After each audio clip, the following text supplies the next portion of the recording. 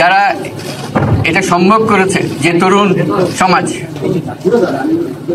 তাদের প্রতি আমি আবার সমস্ত প্রশংসা এবং কৃতজ্ঞতা জানাচ্ছি তাদেরকে। তারা আমার পাশে আছে। এরা এই দেশকে রক্ষা করেছে, এই দেশকে নতুনভাবে পুনর্জন্ম দিয়েছে, এবং এই পুনর্জন্মে যে বাংলাদেশ পেলাম, সে বাংলাদেশ যেন অত্যন্ত দ্রুত গতিতে এগিয়ে চলতে পারে, সেটাই হলো আমাদের শপথ। সেটা আমরা রক্ষা করতে চাই, এগিয়ে যেতে চাই। আজকে আবু সাঈদের কথা মনে পড়ছে আমাদের, যে আবু সাঈদের ছবি বাংলাদেশের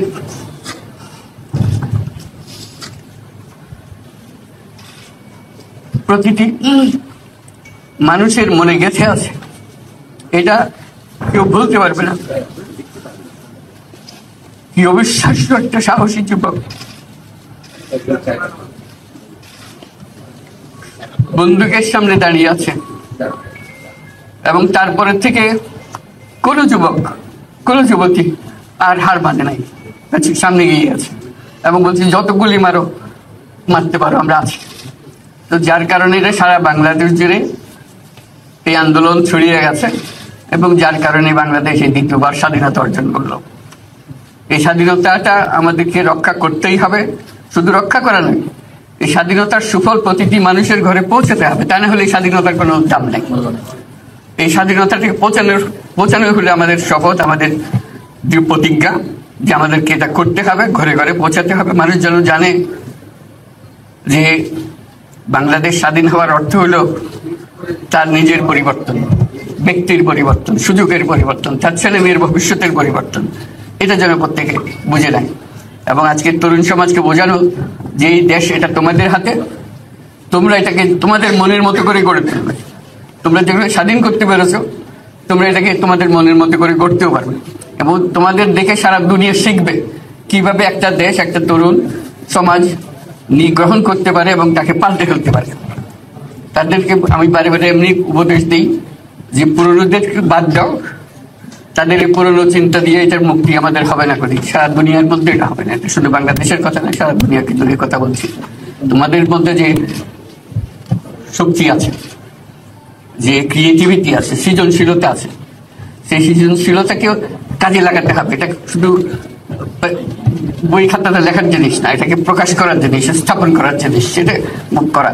এটা আমরা এই আজকে আমাদের পুরো কাজটা হলো, দায়িত্বটা হলো, তারা যেটা অর্জন করে নিয়ে এসছে, এখন তাদেরকে দিয়ে এটাকে করিয়ে দেওয়া, আমাদের সমস্ত কাঠামোগুলো পরিষ্কার করে দেওয়া। সরকার বলে একটা জিনিস আছে, কিন্তু মানুষের কোনো আস্থা নেই। মানুষ মনে করে সরকার একটা দমন পীড়নের একটা যন্ত্র, যেখানে পায়, যেখানে সুযোগ পায় তার একটা কষ্ট দেওয়া, তার থেকে নিমিড়ে দেওয়া, যে সকল স্তরে। এটা হলো তার থেকে কেমন ভাবে সামাল দিতে হবে তাকে, একটা ভয়ের একটা জিনিস, তাকে সামাল দিয়ে চলা। এটা হলো সরকার। এটা সরকার হতে পারে না। সরকারকে দেখে মানুষের বুক ফুলে উঠবে যে আমাকে সাহায্য করবে, আমাকে রক্ষা করবে, আমার সরকার আমার জন্য দাঁড়াবে। সরকার তার জন্য দাঁড়ায় না করে সময়। যে সরকার হবে, সেই সরকার মানুষকে রক্ষা করবে, মানুষের আস্থাভাজন হবে। কেউ জোর করে তাকে বলার ভালো না, সে নিজে নিজে বিশ্বাস করবে। সরকারি লোক দেখলে বলবে আমার লোক, আমাকে রক্ষা করার লোক। সেই আস্থাটা আমাদেরকে ফিরিয়ে আনতে হবে মানুষের মনে, তাহলে মানুষও যোগ দেবে এটাতে। মানুষ এখন পিছিয়ে থাকে যে কিসের মধ্যে আমাদেরকে ঢুকিয়ে দিচ্ছে। আমরা যেন জানতে পারি যে এইটা আমরা সবাই মিলে আমরা অগ্রসর হতে পারি। একটা বড়, সারা বাংলাদেশ একটা বড় পরিবার, এই পরিবার আমরা একসঙ্গে চলতে চাই, এবং আমাদের মধ্যে দ্বিধা দ্বন্দ্ব যা কিছু সরিয়ে ফেলতে চাই। যারা বিপথে গেছে তাদেরকে পথে আনতে চাই, যাতে করে একসঙ্গে আমরা কাজ করতে পারি। এর মধ্যে আমরা শুনলাম, আসার পথে শুনে আসছি যে এখানে আইন শৃঙ্খলার ব্যাঘাত হচ্ছে, মানুষকে আক্রমণ করছে, ঘর বাড়ি জ্বালিয়ে দিচ্ছে, সম্পদ জ্বালিয়ে নষ্ট করছে, চুরি করছে, দিয়ে যাচ্ছে, অফিস আদালতে আক্রমণ করছে, সংখ্যালঘুদের উপর আক্রমণ করছে, হিন্দু, বৌদ্ধ, খ্রিস্টান, আহমদিয়া সবার উপর আক্রমণ করছে। এগুলো হলো ষড়যন্ত্রের অংশ। এগুলো আমাদের বিষয় না। আমাদের কাজ হলো এটাকে রক্ষা করা, সবাইকে রক্ষা করা, এটাকে প্রতিটি মানুষকে, প্রতিটি মানুষ আমাদের ভাই, আমাদের বোন, তাদেরকে রক্ষা করা, এবং আমাদের একটা শৃঙ্খলা ফিরিয়ে আসা। বিশৃঙ্খলা, সহিংসতা, এগুলো হলো অগ্রগতির বড় শত্রু।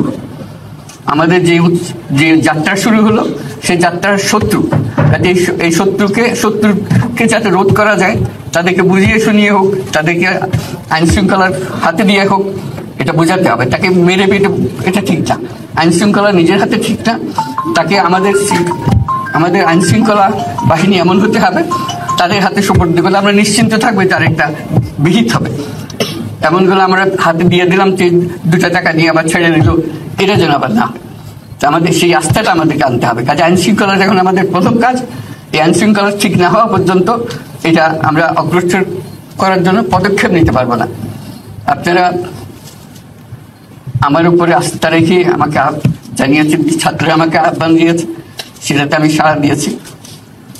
দেশবাসীর কাছে আমার আবেদন, আপনারা যদি আমার উপরে বিশ্বাস রাখেন, আমার উপরে ভরসা রাখেন, তাহলে নিশ্চিত করেন যে দেশে কোনো জায়গায় কারো উপরে হামলা হবে না। এটা আমাদের প্রথম দায়িত্ব। এটা যদি আমি করতে না পারি, এটা আমার কথা যদি না শোনেন আপনারা, তাহলে আমার প্রয়োজন এখানে নাই। আমাকে বিদায় দেন, আমি আমার কাজে থাকি, সেখানে আমি ব্যস্ত থাকি। যদি আমাকে প্রয়োজন মনে করেন, তাহলে আমাকে প্রয়োজন মনে করলে আপনাদেরকে দেখাতে হবে যে আমার কথা আপনারা শোনেন। আমার কথা না শুনলে আমার কোনো প্রয়োজন নাই। আমার প্রথম কথা হলো, আপনারা বিশৃঙ্খলা থেকে দেশকে রক্ষা করেন, আপনারা সহিংসতা থেকে দেশকে রক্ষা করেন, যাতে আমরা যা আমাদের ছাত্ররা আমাদেরকে পথ দেখায়, সেই পথে আমরা এগিয়ে যেতে পারি। এটা একটা খুব সুন্দর দেশ হতে পারে, বাংলাদেশ একটা খুব সুন্দর দেশের সম্ভাবনাময় দেশ। কাজে এই সম্ভাবনাগুলোকে আমরা নষ্ট করে দিয়েছি। এখন আবার সেই বীজতলা আবার তৈরি করতে হবে, আবার আমাদেরকে জেগে উঠতে হবে। তারাই এই বীজতলা তৈরি করবে, তাদের হাত দিয়ে হবে, এবং তাদের দিকে আমরা তাকাবো, এবং আমরা তাদের নির্দেশ মতে আমরা অগ্রসর হব। এখানে সরকারি কর্মকর্তা কর্মচারী যারা আছেন, সেনাবাহিনী, বিমান বাহিনী, নৌবাহিনী প্রধানরা যারা আছেন, তাদের প্রতি অনুরোধ, আমরা একটা পরিবার, এইটার মধ্যে যেন আমাদের গোলযোগ না হয়।